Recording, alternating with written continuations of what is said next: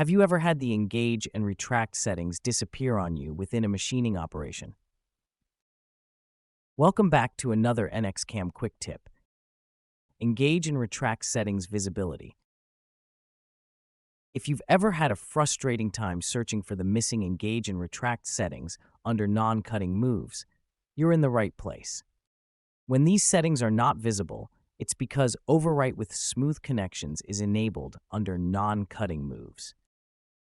To make the Engage and Retract settings visible and available again, simply uncheck Overwrite with smooth connections.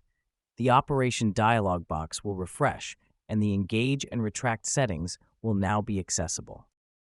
When Overwrite with smooth connections is turned on, NX automatically overrides the Engage and Retract motions, hiding the corresponding settings since users no longer have control over them. If you want control, just turn Overwrite with smooth connections off.